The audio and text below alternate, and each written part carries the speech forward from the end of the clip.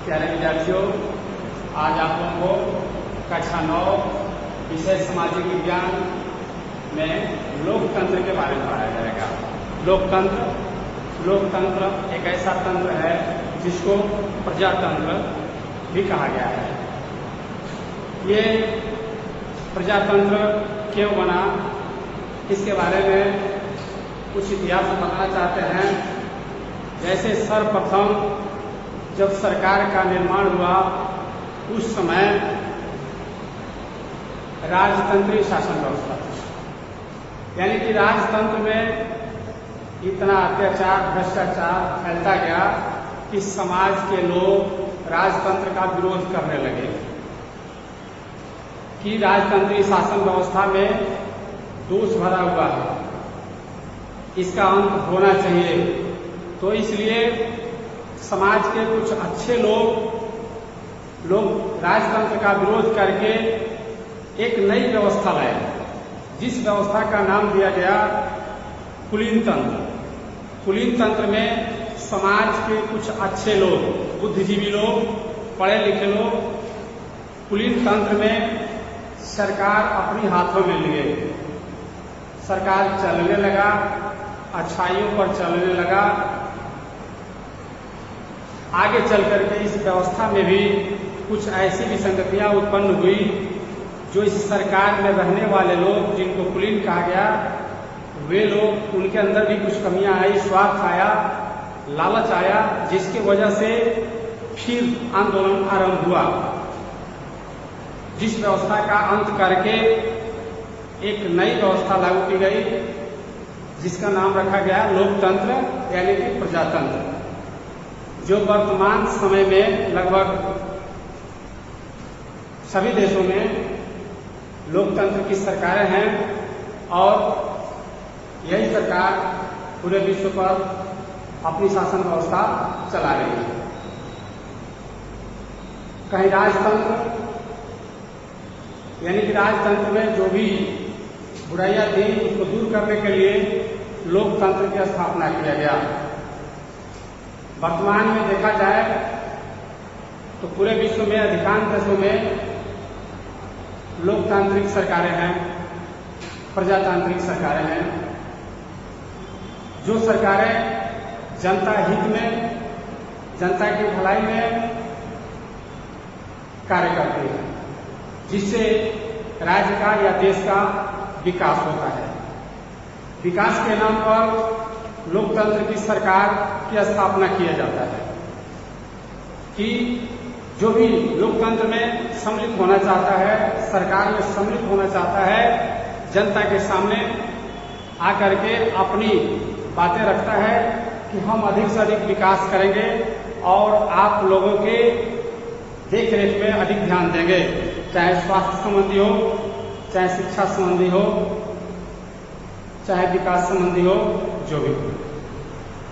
लेकिन सरकार बनने के बाद सरकार में सम्मिलित हो जाते हैं लोग और फिर लोकतंत्र को भूल जाते हैं कि हमारा कर्तव्य क्या है। सबसे पहले उन्हें शपथ ग्रहण दिलाया जाता है जब वह चुनाव जीतते हैं, सरकार में सम्मिलित होते हैं। लेकिन अपनी शपथ ग्रहण को भी कुछ ऐसे लोग हैं जो भूल जाते हैं कि हम शपथ ग्रहण लिए हैं कि हम हर समय राज्य का या देश का विकास ही करेंगे। इस लोकतंत्र के संबंध में कहा गया है कि लोकतंत्र अंग्रेजी शब्द का डेमोक्रेसी शब्द है, जिसका हिंदी रूपांतरण है, जिसको यूनानी शब्दों में डेमोस कहा गया है, जिसका अर्थ होता है जनता और शासन। यानी कि लोकतंत्र का मतलब है कि जनता के द्वारा शासन, जिसके संबंध में अमेरिका के पूर्व राष्ट्रपति अब्राहम लिंकन ने कहा है कि लोकतंत्र जनता के द्वारा जनता पर शासन है। उन्होंने लोकतंत्र की अच्छी परिभाषा दिया, जिस परिभाषा के आधार पर यह कहा गया है कि लोकतंत्र एक ऐसा तंत्र है जो लोगों का एक तंत्र है। जनता की भलाई के लिए जनता पर जनता के द्वारा ही शासन किया जाता है। यानी कि जनता प्रजा अपनी भलाई के लिए एक अच्छे सरकार की गठन करती है कि हमारी भलाई है।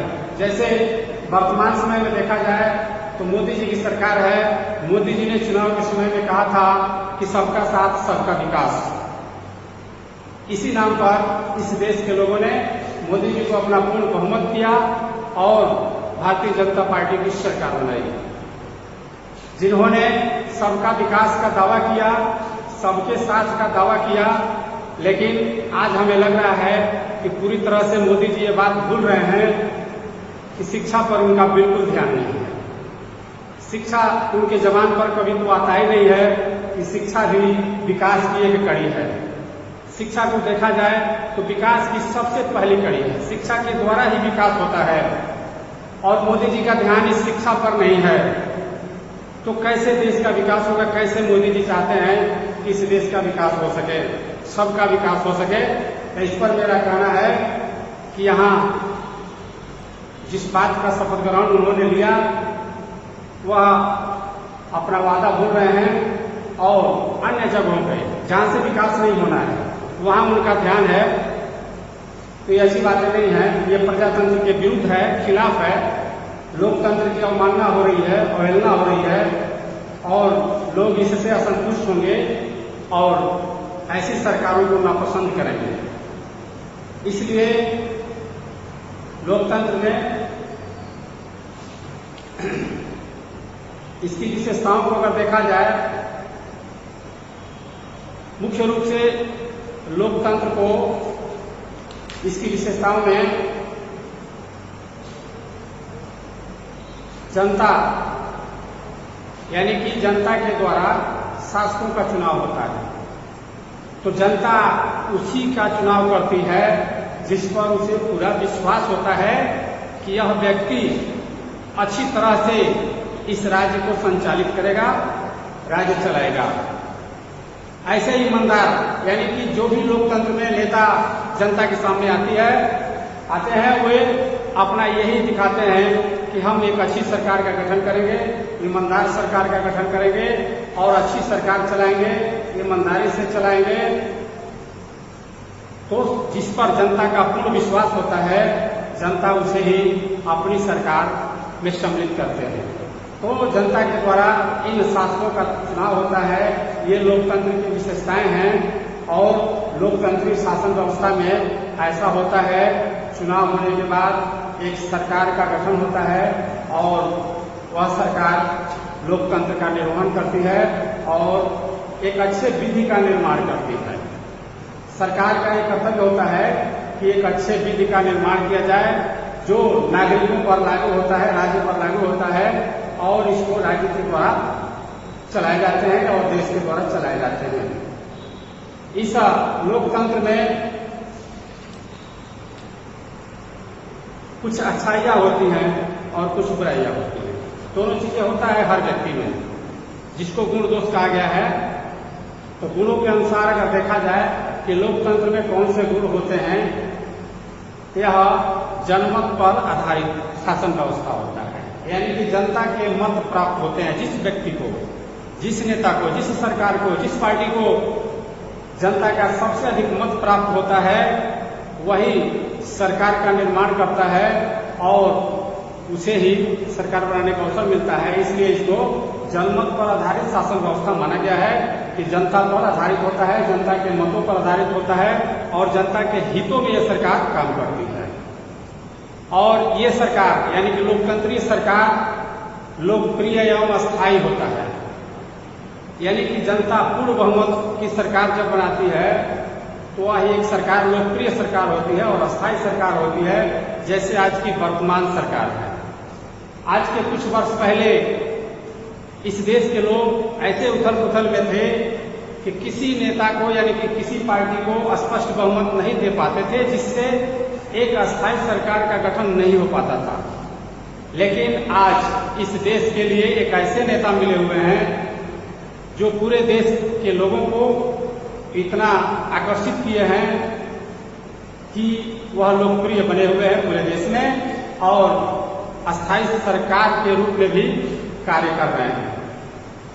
इसमें समानता और स्वतंत्रता पाई जाती है। लोकतंत्री सरकार में समानता पाया जाता है, सब लोग एक समान हैं, जबकि राजतंत्री शासन व्यवस्था में ऐसा नहीं होता था। राज दरबार के लोग उच्च वर्ग में आते थे, राज दरबार में काम करने वाले लोग उच्च वर्ग में आते थे, और जो स्वयं आत्मनिर्भर होते थे वो मध्यम वर्ग में आते थे, और जो दास का जीवन यापन करते थे वह निम्न वर्ग में आते थे, जो सेवक कहलाते थे। तो उसमें वर्ग विभाजन होता था, लेकिन लोकतंत्रीय सरकारों में समानता पर आधारित है। ये माना गया है कि सब लोग एक समान हैं और सभी लोग स्वतंत्र हैं, कोई किसी का गुलाम नहीं है। यह जन कल्याण का पोषक माना गया है कि जनता के कल्याण के लिए सरकार काम करती है। लोकतंत्रीय सरकार जनता के विकास के लिए काम करती है, और जो भी कार्य होता है उससे जनता की भलाई होता है, लोक कल्याण के लिए होता है, अधिक से अधिक जनता का भलाई हो, इस पर एक काम होता है। इसी में है कि राजनीतिक जागृति, यानी कि लोकतंत्रीय सरकार राजनीति को जागृत करती है। जब भी चुनाव सामने आता है, ग्रामीण क्षेत्रों के या शहरी क्षेत्रों के सभी लोग, यानी कि जनता, मतदाता, नागरिक, चाहे पढ़े लिखे हो चाहे अनपढ़ हो, सब लोग ये राजनीतिक चर्चाएं आरंभ कर देते हैं और उसका विश्लेषण करते हैं कि कौन नेता सबसे अच्छा है, किसको अपना मत दिया जाए, किसकी सरकार बनाई जाए, तब जाकर के एक अच्छी सरकार का निर्माण होता है। लोकतंत्र राष्ट्रीयता और देशभक्ति की भावना का विकास करता है। इससे लोकतंत्र से एक देशभक्ति की भावना का विकास होता है कि हम एक देश के नागरिक हैं, हमारा राष्ट्रीय कर्तव्य है, देश के प्रति हमारी भक्ति है। इस तरह की भावना का विकास लोकतंत्र के द्वारा होता है। इसमें नैतिकता का भी ज्ञान होता है कि हमारा नैतिक कर्तव्य क्या है, कैसे हमें क्या करना चाहिए, निर्णय कैसे लेना चाहिए, कैसी सरकार बनानी चाहिए, इन सब का ज्ञान लोकतंत्र के माध्यम से होता है। अब देखा जाए लोकतंत्र की दोष क्या है, इसमें कमियां क्या हैं, अभी गुण बता रहे थे आपको। अब चलिए देखा जाए दोष। यह अयोग्यों की पूजा है, यानी कि लोकतंत्रीय सरकार को, प्रजातंत्रीय सरकार को क्या कहा गया है, लोग अयोग्यों की पूजा, अयोग्य लोगों की पूजा होती है। योग्य व्यक्ति चुनाव में लड़ता है और चुनाव हार जाता है, क्योंकि अयोग्य जो व्यक्ति है वह किसी तरह से कोई ऐसा हथकंडा अपनाता है जिससे चुनाव जीत जाता है। इसलिए कहा गया है कि लोकतंत्र अयोग्य लोगों की सरकार है। कहीं कहीं अभी कहा गया है कि यह मूर्खों की सरकार है। लोकतंत्र मूर्खों की सरकार है, प्रजातंत्र मूर्खों की सरकार है। और क्या माना गया है कि ये संस्कृतियों का विरोधी है। लोकतंत्र संस्कृतियों का विरोधी है, यानी कि पुरानी जो परंपराएं हैं, संस्कृतियां हैं, साहित्य है, कला है, रीति रिवाज है, परंपरा है, इसका विरोधी माना गया है कि ये सभी सरकारें, यानी कि लोकतंत्र भूलते जा रहे हैं कि हम कैसे यहाँ तक आए। आदि मानवों से मानव की उत्पत्ति हुई और आज तक आधुनिक युग में हम कैसे प्रवेश किए, ये सब संस्कृतियों के द्वारा होता है। इसमें लोकतंत्रीय सरकार में दलगत बुराइयां होती हैं। हर एक दल, चाहे कांग्रेस पार्टी हो, चाहे भारतीय जनता पार्टी हो, चाहे अन्य जो भी अनेक पार्टियां हैं इस देश में, सबके अंदर कोई न कोई दलगत बुराइयां हैं।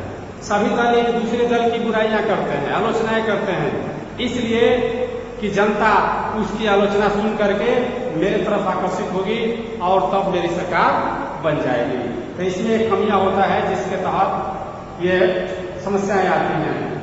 इसमें लोकतंत्रीय सरकार में समय और धन का अपव्यय होता है, धन को लुटाया जाता है। जो भी सरकार एक बार पा जाता है, कुर्सी पा जाता है, धन को लुटाया जाता है। जैसे वर्तमान सरकार के बारे में हम चर्चाएं कर रहे हैं। आज किसानों से गेहूं 19 रुपया कुछ पैसे के रेट से सरकार खरीद रही है और देश के लोगों को फ्री में गेहूं बांट रही है। इससे देश का विकास होने वाला नहीं है। ये विकास के अवरोधक है, बाधक है।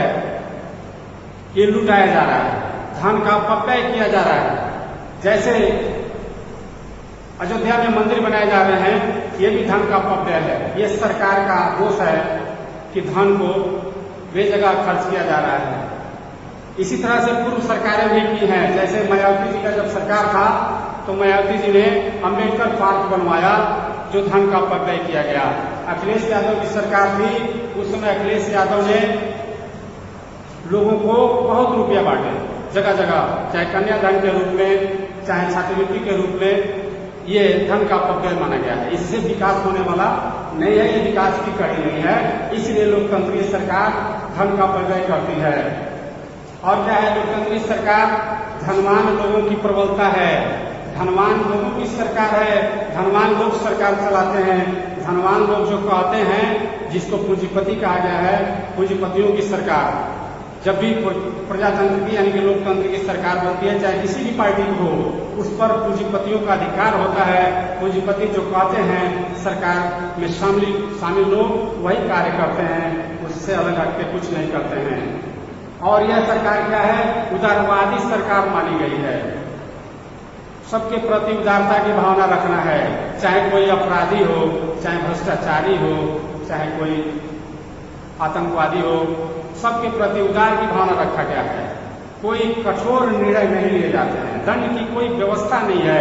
अपराधी है तो उसे दंड दिया जाना चाहिए, लेकिन यहाँ क्या है, उदारवादी नीति है कि चलो भाई इसको हम क्षमा करेंगे, माफ करेंगे, तो आगे हमें अपना मत देगा और मेरी सरकार का गठन करेगा। ऐसा होता है। और ये सरकार यानी कि लोकतंत्र की सरकार अंधभक्ति सरकार है, यानी कि भक्ति भावना पे चलती है और उसके कुछ भक्त होते हैं जिनके द्वारा इस सरकारों का गठन होता है। तो आइए आज के लिए इतना ही, फिर अगले भाग में आपको इसके आगे हम बताएंगे। जय हिंद।